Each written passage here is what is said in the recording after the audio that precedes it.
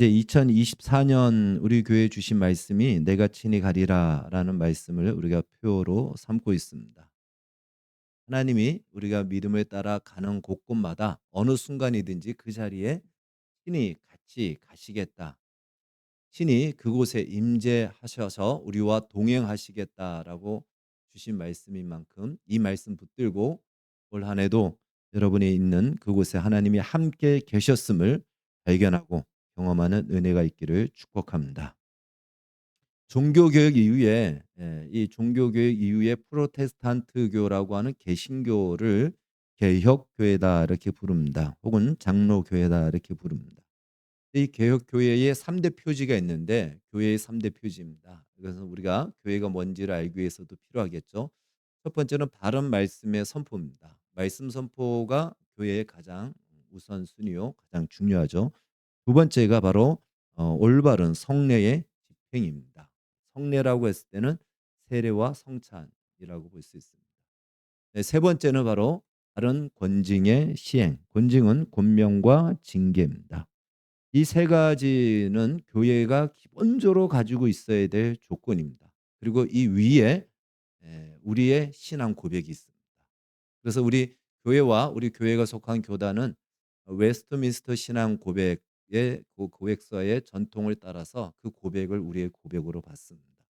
그러니까 이런 것이 없으면 이런 것이 있어야 공교회고 이런 것이 없으면 그것을 가지고 우리가 사교 집단 혹은 사입이라고 이렇게 부르는 겁니다. 교회는 이러한 조건과 이러한 내용으로 갖추어져 있어야지만이 공교회다라고 이야기합니다. 물론 지금 이 세 번째 표지인 권징이 한국 교회에서는 잘 시행되지 않지만 중직자들에게는 굉장히 중요합니다. 이제 중직이라고 하는 우리가 보통 그 직분을 받은 사람들은 권징이 굉장히 중요한 기준이 됩니다. 오늘 우리가 읽은 본문은 이 세 가지 교회의 표지 중에서 두 번째입니다. 두 번째 성례 중에 성찬에 관계된 성찬식의 근거가 되는 말씀이 오늘 우리가 읽은 본문입니다. 아마 우리가 성찬식을 하면서 우리가 읽은 본문의 내용을 자주 들어서 아마 낯설지는 않을 겁니다. 그러나 그 성찬식 안에 담겨져 있는 그 복음의 의미를 좀 더 우리가 깊이 있게 살펴볼 기회가 잘 없었죠. 성찬식 할 때마다 이 말씀을 표면적으로 하다 보니까 더 살펴보지는 못했는데 오늘 우리 마가복음에 나와 있는 본문의 내용이다 보니까 한번 살펴보도록 하겠습니다. 성찬식의 근거는 바로 유월절 음식 먹는 것에서부터 시작합니다.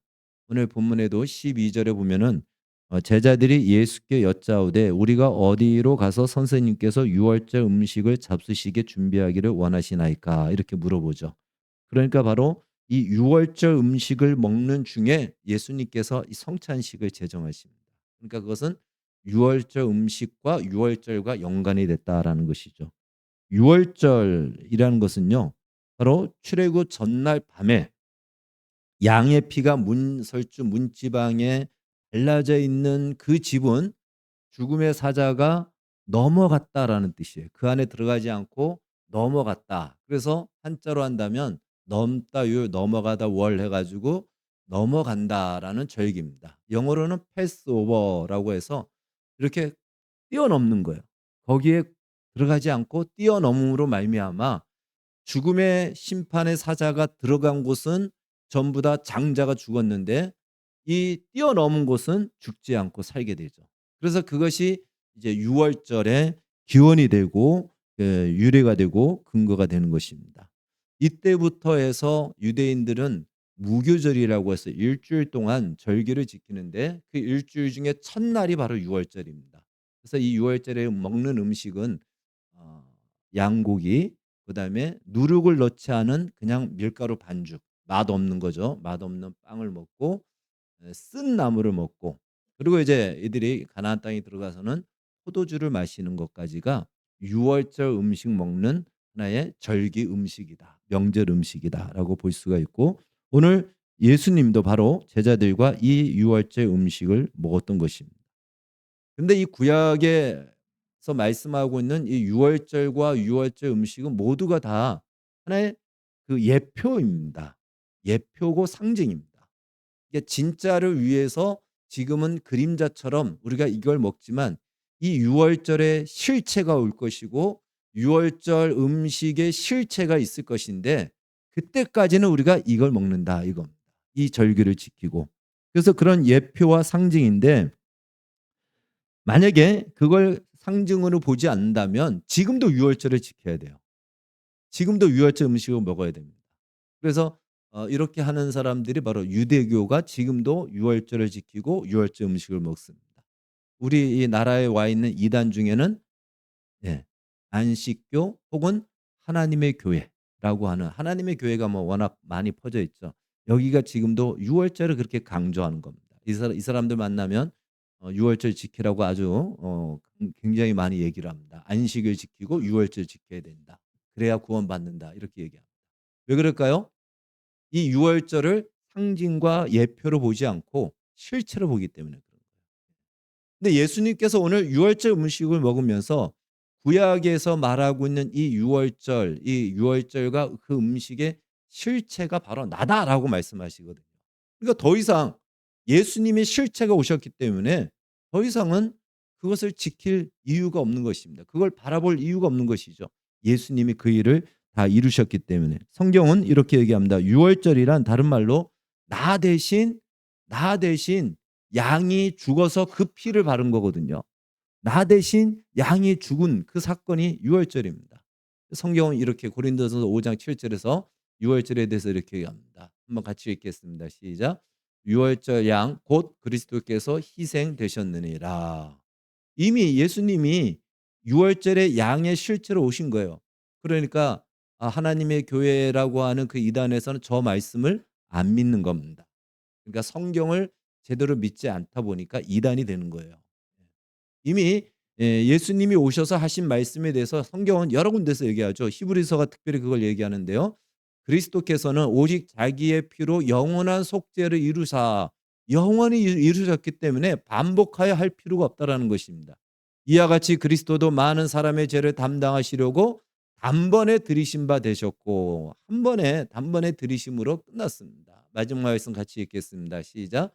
오직 그리스도는 죄를 위하여 한 영원한 제사를 드리시고 이미 성경 기자들이 다 얘기했거든요. 그러니까 예수님이 이 땅에 오셔서 제사를 드린 것은 유월절 제사를 자기 몸으로 단번에 영원히 제사를 드렸기 때문에 더 이상 유월절을 지키는 의미가 없어지는 것이죠. 예수님 안에서 이것이 다 성취되고 완성됐기 때문에 우리가 예수를 믿으면 그 모든 것은 다 이미 끝난 겁니다. 그 안에 다 담겨져 있는 거예요. 그러니까 이제 하나님의 교회 사람들 만나면 여러분들 저 말씀 기억하고 저렇게 얘기해 주면 되는데 기억하겠습니까? 예. 그래도 그 사람들 만나면 그래서 데리고 오십시오. 저한테 데리고 오면 됩니다. 예. 데리고 오면 됩니다. 자, 이 유월절 음식도 마찬가지입니다. 유대인들은 이 유월절을 지키면서 포도주를 마시고 누룩이 들어가지 않은 그 빵을 먹었거든요, 떡을. 정말 맛이 없죠. 예. 그 맛없는 빵을 먹고 포도주를 마시면서 유월절을 지켰는데 그들은 아마 그들의 전통에 의해서 지켰을 것입니다. 그 누룩이 없는 빵을 우리가 무교병이다라고 이렇게 이야기를 합니다. 근데 오늘 본문에서 예수님은 그 빵과 포도주가 무엇인지를 예수님이 설명해 주세요. 설명해 주십니다. 그래서 그들이 그동안 먹었던 왜 이 누룩 없는 빵을 먹어야 됐고 왜 포도주를 마셔야 됐는가? 그냥 음료로서 포도주를 마셨는가? 그게 아니라는 겁니다. 그들이 수백 년 동안 그렇게 먹고 마셨던 것들이 결국은 그 실체가 오므로 무엇을 의미했는지를 말해 주고 있습니다. 22절 24절 말씀이죠. 22절에서 24절 말씀. 여기서 예수님은 이렇게 말씀하십니다. 바로 유월절에 먹던 무교병은 예수님의 찢겨진 살이다라는 거예요. 내 몸이다라고 말씀하셨어요. 바로 떡 그것은 예수님의 찢겨진 내 몸, 내 살을 먹는 것이고 그리고 바로 포도주는 예수님이 흘리신 피라는 것입니다. 그러니까 유월절도 양을 잡는 것이 죽음을 상징하듯이 유월절에 먹는 음식도 피와 살을 먹는 겁니다. 그것은 예수님의 찢긴 살과 예수님의 흘린 피를 마시는 것이다. 이것도 예수님의 죽음을 의미하고 상징하는 것이다라고 볼 수가 있는 것이죠. 그래서 그때 유월절에 그 양을 죽여서 그 피를 문설주나 문지방에 발랐을 때 죽음을 면하고 심판을 면했던 것처럼 바로 이제 이 예수님의 피와 예수님의 살을 먹는 자는 죄로 인한 죽음의 심판에서 면하여진다라는 것이 이 유월절 또 성찬식의 기본적인 의미다라는 것입니다. 애굽에 있을 때 하나님께서 애굽의 속박으로부터 이스라엘을 출애굽시키면서 그때 그것이 유월절이 바로 근거가 되어서 출애굽이 됩니다. 그래서 그들에게 진정한 자유와 해방과 생명을 주신 것처럼 하나님의 백성으로 불러주신 것처럼 그래서 그들은 매년마다 그것을 기억하고 기념하여 유월절을 지켰던 것입니다. 하나님이 우리를 애굽의 속박에서 벗어나게 하셨고 자유를 주셨고 우리에게 해방을 시켜 주셨고 우리에게 생명을 주셨다. 그것을 기억하는 것입니다. 그 중심에는 바로 대신 죽어야 되는 양의 죽음이 있어야 됐듯이 오늘 우리 시대에도 우리에게 이 죄로부터 자유케 하고 해방케 하고 이 땅의 생명이 아닌 영원한 생명을 얻게 하기 위해서는 그 중심에 무엇이 있어야 된다? 예수 그리스도의 죽음이 있어야 되는 것입니다. 그래서 그 죽음을 완성하고 죽음을 이루시기 위해서 오신 분이 예수님이시고 바로 예수님은 이 유월절 음식을 먹으면서 내가 그 유월절의 예언과 또는 약속과 그 하나님의 뜻을 이루고자 완성하고자 왔다라고 말씀하시는 겁니다. 그것을 가르쳐 주신다라는 것이죠. 여기서 특별히 예수님이 하신 말씀 중에 24절을 보면은 예수님이 흘리신 피는 언약의 피다라고 말씀하고 있습니다. 이것이 우리가 주목해야 됩니다. 다른 말로 예수님은 어쩌다가 그냥 와서 하다 안 되니까 죽으신 것이 아니라는 거예요. 예수님이 지금 피를 흘리시고 죽으시는 것은 이것은 이미 오래전부터 언약 속에 약속 속에 주어진 것이고 그 약속을 이루시고 성취하기 위해서 흘리는 피다라는 것입니다. 언약을 이루시기 위해서 오셨다라는 것입니다. 그러면 어떤 언약이었을까? 사실 출애굽하면서 하나님께서 이스라엘에게 자유를 주셨고 약속을 주셨거든요. 율법을 주신 것이 약속을 주셨어요. 가나안 땅에. 그런데 그들은 율법을 지키지 않았습니다.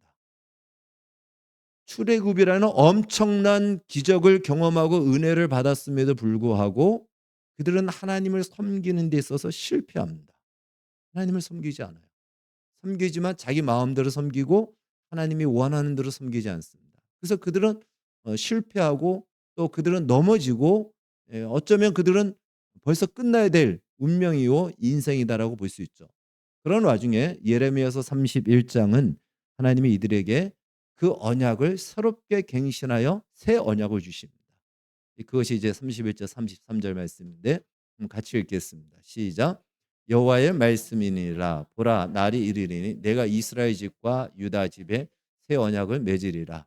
이 언약은 내가 그들의 조상들의 손을 잡고 애굽 땅에서 인도하여 내던 날에 맺은 것과 같이 아니할 것은 내가 그들의 남편이 되었어도 그들이 내 언약을 깨뜨렸습니다. 여호와의 말씀이니라. 그러나 그날 후에 내가 이스라엘 집과 맺을 언약은 이러하니 곧 내가 나의 법을 그들의 속에 두며 그들의 마음에 기록하여 나는 그들의 하나님이 되고 그들은 내 백성이 될 것이라. 여호와의 말씀이니라. 아멘. 자, 이스라엘이 하나님의 큰 은혜를 입어서 출애굽하여 가나안 땅에 들어갔죠. 그런데 하나님을 섬기는데 실패합니다. 실패해요.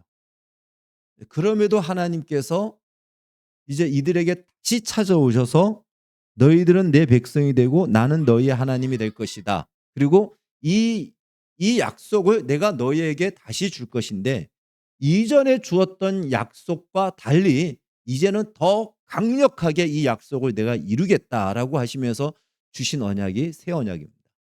사실 저 새 언약은 내용이 다른 것이 아니고 하나님이 그 원래 처음 맺으셨던 언약을 더 강하게 갱신하고 강하게 도장 찍는 것이 새 언약이에요. 이전에는 어떻게 했냐? 내가 남편이 되었어도 너희들이 나를 외면하고 버렸는데 이제는 내가 남편 정도가 아니고 너희 속에 들어가겠다라는 거예요. 너희 안에 들어가겠다라는 거예요. 그래서 그전에는 어떤 일을 하셨냐면 하나님이 마치 이스라엘을 하드웨어라고 할 수 있는 나라를 세워 주셨잖아요. 나라를 세우시고 백성으로 삼아 주셨다면, 그런데 이제 그들이 실패하고 하나님이 아닌 다른 우상을 섬기고 하다 보니까 이제 하나님이 소프트웨어라고 할 수 있는 그들 속에 들어가서 그들이 결코 나를 떠나지 않고 나의 백성이 되고 내가 그들의 하나님이 되는 자리에 그들을 세우겠다 하여 하나님의 언약을 더 강하고 더 분명하게 맺으신 것이 새 언약입니다. 그래서 저희 마지막 말씀에 보면은 뭐라고 말씀하시냐면은 이렇게 얘기하죠. 내가 나의 법을 그들의 속에 두며 그들의 마음에 기록하여. 전에는 말씀을 우리의 바깥에 들려서 줬다면 이제는 말씀을 우리 안에 심겠다라는 겁니다. 우리 몸 안에 아예 그냥 문신처럼 아예 새겨 놓겠다라는 거예요. 그러면 이거는 지울 수도 없는 거예요.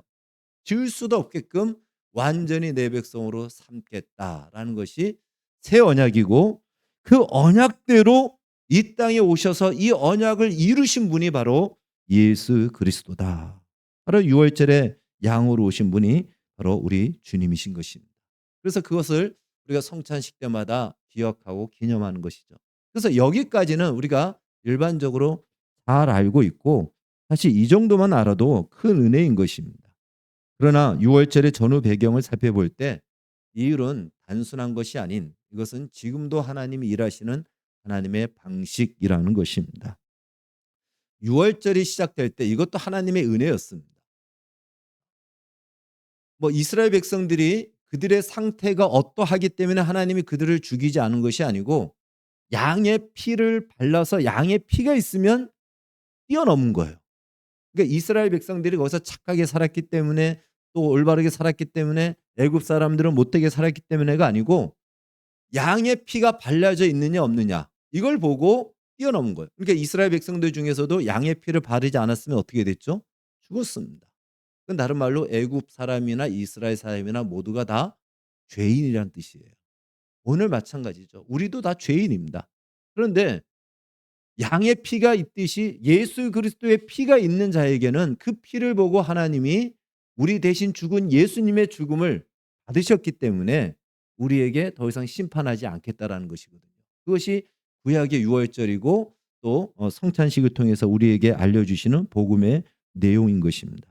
그런데 이스라엘 백성들은 그 와중에도 하나님을 거부하고 그 경험을 했음에도 불구하고 하나님을 섬기는 데 실패했다라는 사실이고, 하나님은 그들의 실패를 여기서 끝내버리지 않고 실패 현장 그들이 넘어진 자리로까지 하나님은 찾아 들어오셔서 이제 이들이 더 이상 거부할 수 없고 더 이상 벗어날 수 없는 언약을 주심으로 하나님의 처음 계획과 목적대로 그들을 그 영광의 자리로 끌고 가시겠다라는 것이 사실 성찬식에 담겨 있는 복음의 의미인 것입니다. 결코 취소되지 않고 깨어지지 않는다는 것이 우리에게도 마찬가지입니다. 여러분, 만약에 우리가 처음 예수를 믿고 구원 얻는 것까지는 하나님의 은혜로 준다라고 생각해 봅시다. 구원 받았습니다. 은혜를 받았어요. 그런데 그다음부터는 이제 우리에게 너희의 어떤 선택에 따라서 너희의 행동에 따라서 그 구원이 받을 수도 있고 또 취소될 수도 있다. 이렇게 얘기한다면 우리 중에 그 구원을 보장할 수 있는 사람이 누가 있겠습니까? 여전히 우리는 넘어지거든요. 여전히 우리는 실패합니다. 그런데 그 실패와 그 넘어짐으로 인하여 하나님의 언약과 주님이 하신 약속이 깨어지지 않도록 여전히 주님은 우리에게 찾아오셔서 우리 안에 성령을 주시고 말씀을 주셔서 우리로 하여금 하나님의 원래 가지신 목적, 원래 가지신 계획인 하나님의 영광에 참여하는 자리로 우리를 세워 가시겠다라고 하는 것이 무엇이다? 그것이 성찬 안에 담겨져 있는 하나님의 뜻이요 하나님의 마음인 것입니다. 예레미야 31장에서는 그것을 우리 속에, 그 이스라엘 속에 하나님의 법 말씀을 심어 놓겠다라고 말씀하신 것이죠.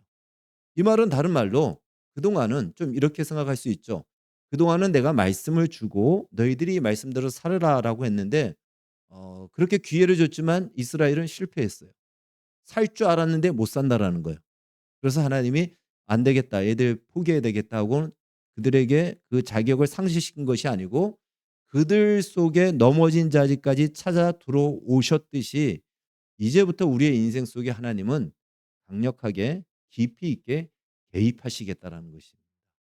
그것이 오늘 우리에게 주시는 복음으로 들려지기를 바라겠습니다. 아멘이십니까? 네. 우리는 하나님이 내 속에 가까이 들어오는 것을 싫어할지 모르지만 하나님이 내 속에 들어오지 않는 한은 우리는 결코 설 수가 없어요. 하나님은 그것을 이스라엘 백성들의 수백 년의 시간을 통해서 검증하셨고 우리에게 확증하여 보여주셨습니다. 봐라, 얼마나 많은 기회를 주고 얼마나 많은 실패를 했음에도 또다시 기회를 줬지만 그들은 끝까지 하나님을 배신하고 배반하더라는 겁니다. 그러니까 그들 홀로는 도저히 하나님을 섬기는 자리에 설 수가 없습니다. 만약에 하나님을 섬기는 자리에 설 수 없다면 그들은 실패의 결과, 값을 받아야 되겠죠. 그래서 하나님은 하나님의 백성들을 그렇게 내버려 두지 않고 포기하지 않으시겠다라는 하나님의 뜻과 의지를 어떻게 나타내셨느냐? 그들 속에 들어오겠다라는 겁니다. 그들 속에 들어오셔서 우리의 인생 속에 들어오셔서 우리의 인생을 개입하시고 간섭하시고 역사하십니다. 그래서 우리의 인생은요, 우리 마음대로 되는 것 같은데 우리 마음대로 되지 않는다라는 거예요. 내 생각대로 될 것 같은데 내 생각대로 되지 않습니다. 예수를 믿지 않는 사람은 자기 마음대로 사는 것 같아요. 근데 그 사람들은 누군가가 잡아주는 기준이 없으니까 그것이 마음대로 사는지 안 사는지도 모르죠. 근데 예수를 믿는 사람들은 우리의 인생 속에 하나님의 뜻대로 우리가 나아가지 않고 하나님 앞에 나아가지 않으면 결코 만족이 없는 우리의 인생 속에 도저히 이렇게 사는 것은 삶이 아니다라는 것을 우리 스스로가 알고 느끼고 깨닫게 하십니다. 그 공허함도 주시고 그 마음의 만족함이 없는 것을 통해서 이것이 예수 그리스도가 아니면은 채워질 수 없다라는 것을 다른 것으로 아무리 채워도 다른 것으로 아무리 많은 것을 경험해도 채워지지 않는 그 배고픔을 하나님께서 목마름을 우리에게 알게 하셔서 마침내 하나님 앞에 나오도록 우리의 인생을 간섭하시고 개입하시겠다라는 것입니다. 그래서 하나님은 이 구약에서 예언하시고 약속하신 대로 예수님의 그 십자가의 죽으심으로 그 약속을 성취하셨듯이 앞으로 하나님께서 우리를 어디까지 우리를 끌고 가시냐면 하나님의 영광에 참여하는 자리까지 우리를 부르셨거든요. 그래서 거기까지 내가 너희를 인도해 가는데 결코 놓지 않고 포기하지 않겠다라는 것으로 이제 주님께서 새 언약을 주셨는데 그 언약을 어떻게 이루시는가? 신약에서는 그것을 이렇게 말씀합니다. 요한복음 15장에서는 무엇으로 설명하시냐면 바로 예수님과 우리가 하나가 됐고 예수님이 우리를 연합시켜서 당신이 있는 자리로 우리를 끌고 가시겠다라는 것을 포도나무와 가지로 그렇게 비유를 하십니다. 그러니까 예수님과 교회와 그리스도의 관계를 신약에서 대표적으로 한 세 가지로 얘기하는데요. 포도나무와 가지로 이야기하십니다. 여러분 가지가 포도나무에 붙어 있으면 가지이면서도 포도나무예요. 포도나무가 경험하는 것을 가지가 다 경험합니다. 포도나무에 있는 것들을 가지가 다 그대로 받습니다. 가지는 포도나무에 붙어 있는 것만으로도 포도나무의 영광을 같이 누리게 됩니다. 또 에베소서에서는 뭘 어떻게 우리에게 비유를 주시냐면 머리와 몸으로 비유를 해 주십니다. 그러니까 예수님과 우리가 어떻게 영광의 자리에 가느냐 하나로 묶으셨고 연합하셨는데 그것이 머리와 몸이라는 거예요. 머리와 몸은 분명히 좀 다른데 하나입니다. 머리와 몸은 달라요. 그러니까 우리나라에서도 사망의 기준을 우리는 심장의 멎음으로 하고 또 외국에서는 뇌사를 기준으로 하잖아요. 예. 그래서 우리는 뇌는 죽었어도 심장이 뛰면 살아있는 거예요. 그래서 뭔가 좀 달라요, 기준이. 그런데 머리와 몸은 다른 것 같지만 하나라는 것이에요. 몸이 느끼는 걸 머리가 못 느낍니까? 머리가 느끼는 걸 몸이 못 느낍니까? 몸의 영광이 머리의 영광이요. 머리의 영광이 몸의 영광입니다. 예수님께서는 우리를 예수님은 머리고 우리를 몸으로 삼으셨습니다. 그래서 예수님과 우리를 하나의 운명으로 묶으셨어요. 결코 떨어질 수가 없습니다. 그러니까 머리와 몸이 별도로 존재할 수 없듯이 머리가 있는 곳에 몸이 있고 몸이 있는 곳에 머리가 있는 거예요. 그러니까 우리의 고난과 고민을 예수님도 동일하게 겪으시고 또 우리의 승리를 예수님이 동일하게 승리를 경험하십니다. 반대로 예수님의 승리에 우리가 동일하게 승리를 경험하는 자리에 이르게 되죠. 그렇게 말씀하셨고 또 에베소서에서는 남편과 아내로 말씀하십니다. 남편과 아내는 둘이지만 하나예요. 신비한 연합입니다. 물리적인 연합도 아니고 화학적인 연합도 아닌 유기적인 연합인데 이 연합은 어떤 관계로 맺어지냐면 사랑과 순종의 관계로 하나가 됩니다. 남편이 아내를 사랑하고 아내가 남편에게 순종하는 이걸 어떤 사람들은 싫어해서 반대로 원하는데 반대로 해도 상관없어요. 예. 반대로 해도 결국은 똑같습니다. 예. 아내가 남편을 사랑하고 남편이 아내에게 순종은 똑같은 거예요. 그 기본은 사랑이기 때문에 그렇습니다. 바로 교회와 그리스도의 관계를 이렇게 주님이 말씀하셔서 이 언약 성찬식을 통해서 우리가 알아야 될 것은 예수님이 우리와 연합하셨는데 그 연합이 단순히 구원을 주는 연합이 아니고 포도나무와 가지, 머리와 몸, 남편과 아내의 관계로 연합된 하나가 되었다라는 것을 우리는 이 6월절부터 시작하여 성찬식을 통해서 오늘 예수님이 본문에 말씀하신 것을 통해서 우리의 운명과 우리의 존재가 이런 존재로 부름받고 바뀌었다라는 것을 우리가 알아야 된다라는 것입니다. 그러니까 우리가 성찬식을 할 때마다 단순히 예수님이 나를 위해서 십자가에 죽어 주셨다. 나 대신 죽어 주셨다. 감사하다 정도가 아니고요. 이것도 귀한 것인데 거기서 더 나가야 된다라는 거예요. 어디로 나가야 된다? 이제 나는 예수님과 함께 죽고 살았다라는 것이에요.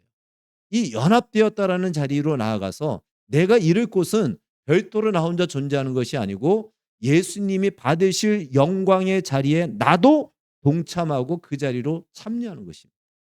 거기가 내가 가야 될 내 삶의 방향이요 목적지라는 것을 우리는 이 성찬을 통해서 확인해야 되고 예수님은 그 언약을 예레미야서 31장에 말씀하고 있듯이 "나는 너희 하나님이 되고 너희는 나의 백성이 되리라."라는 이 약속을 반드시 이루시겠다는 겁니다. 그건 결코 포기하지도 않고 예수님이 그건 잃어버리지 않습니다. 그래서 이 자리에 이를 때까지 이 온전한 자리에 이를 때까지 우리는 주님과 함께 운명을 같이 한 운명 공동체다. 이렇게 우리가 이해할 수도 있습니다. 그렇게 되기까지 그것은 곧 우리의 확정된 미래며 그 확정된 미래를 가지고 세상에서는 운명이라고 이야기하지 않습니까? 바로 예수님과 우리의 관계는 이제부터 우리의 운명과 실존이 하나라는 것이에요. 하나. 성찬을 통해서 우리가 늘 기억하고 염두하고 잊지 말아야 될 것은 이제 예수님과 우리는 교회는 하나다라는 것입니다. 더 이상 동떨어져 존재할 수 없고 그러한 존재가 없다라는 것입니다. 그러니까 이 말씀을 어떻게 우리가 복음으로 이해되냐면 나 홀로 동떨어져서 나 혼자만 겪어야 되는 인생의 순간이 없다라는 것이에요.